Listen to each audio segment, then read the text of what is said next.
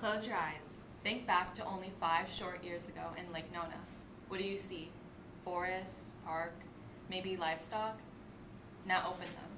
All we have now is excess cement, parking garages, and apartment complexes.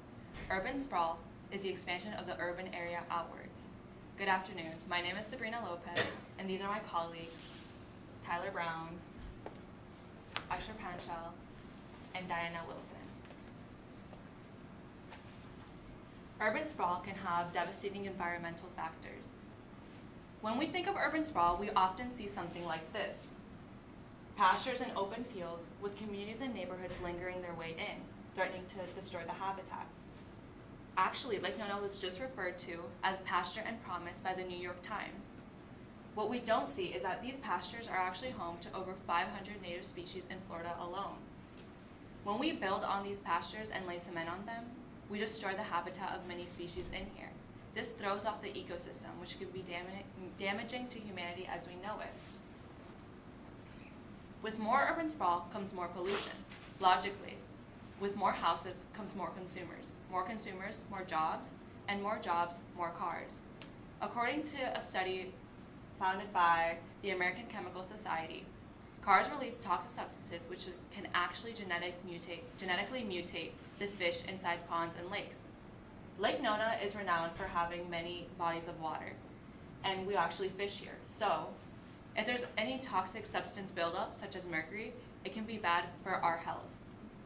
Even excessive fertilizer runoff by homes nearby the lakes going in there actually do an algal bloom, as you can see in this image.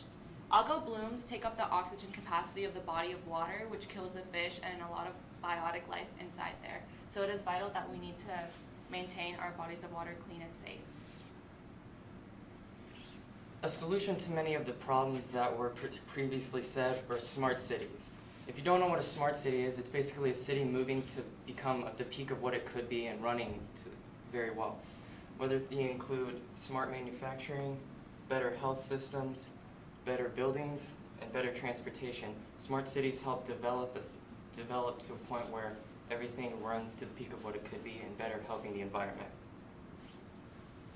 One way that Lake Nona is doing this is having better health systems with Medical City.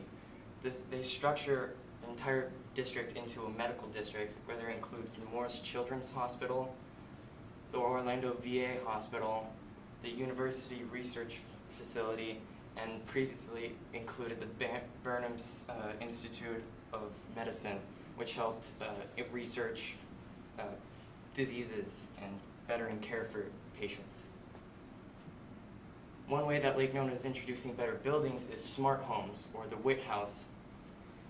These things include better bedrooms, better kitchens, better bathrooms, which include vitamin C water, better gardens, basically helping you relax more, decreasing in waste, having better air quality, altogether increasing the way Lake Nona is formed and helping decrease on environmental issues.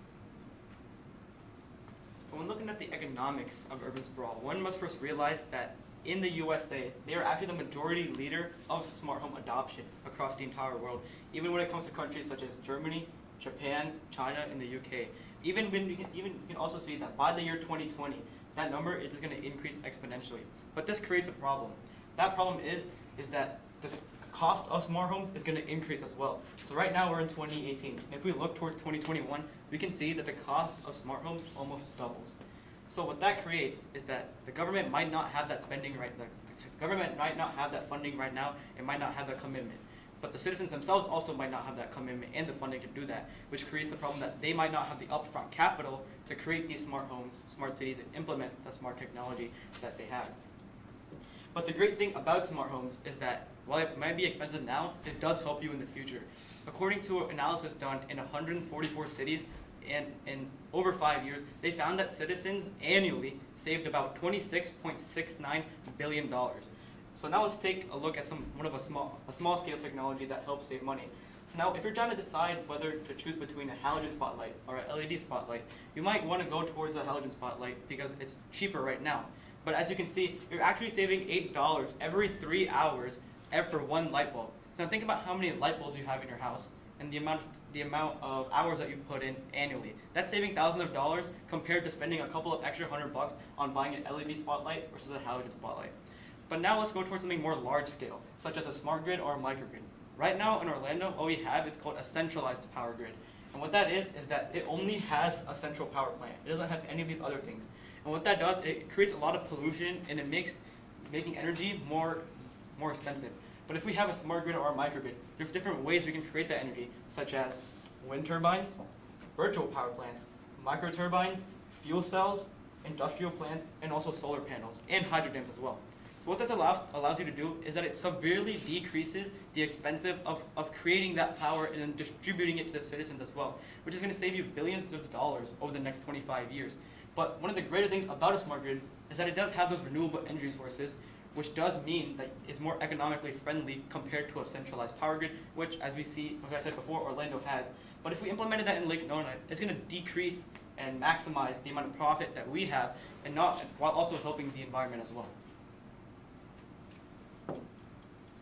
Looking at Lake Nona over the course of the next 25 years, you'll see that there is going to be an extreme growth of buildings such as the medical city and innovations that are also medical related. So as you can see, we're going to have this whole medical city over here and the residential areas. With the medical city and the businesses attracted to them, there's going to be more employees coming, and then with these employees, you're going to need more residential areas.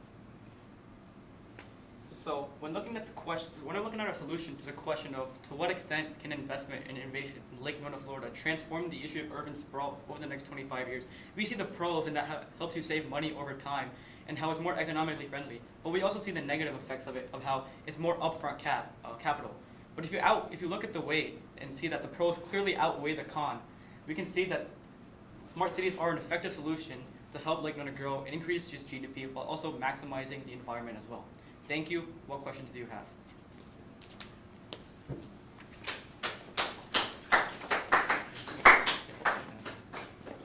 Thanks, guys. All right, I do have a series of questions for you guys. I'm just going to go right down the. It's easier for me mentally. So Sabrina, you're up first, big dog.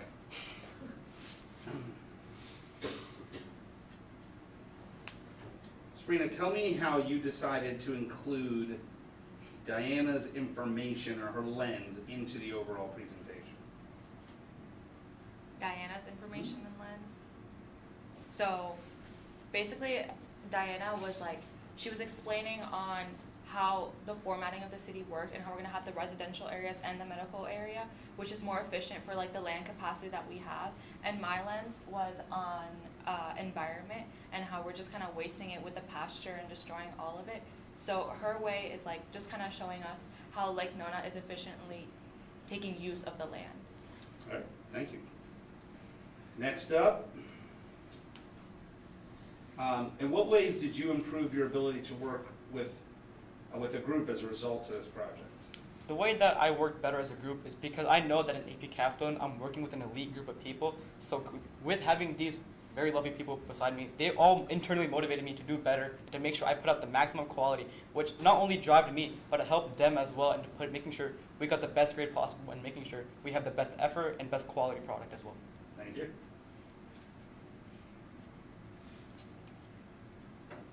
Dana, now that you've finished your project, what, if anything, do you consider to be a gap in your team's research? In our team's research, I wish that we went more in depth with the economics, and then also with environmental. I wish we found more solutions to the environmental, because with all of the buildings that we're still having, we're still going to have pollution. And then I wish we had more specific solutions to these issues. Okay. Save the best for last, right? What's the strongest counter argument to your solution that your team identified?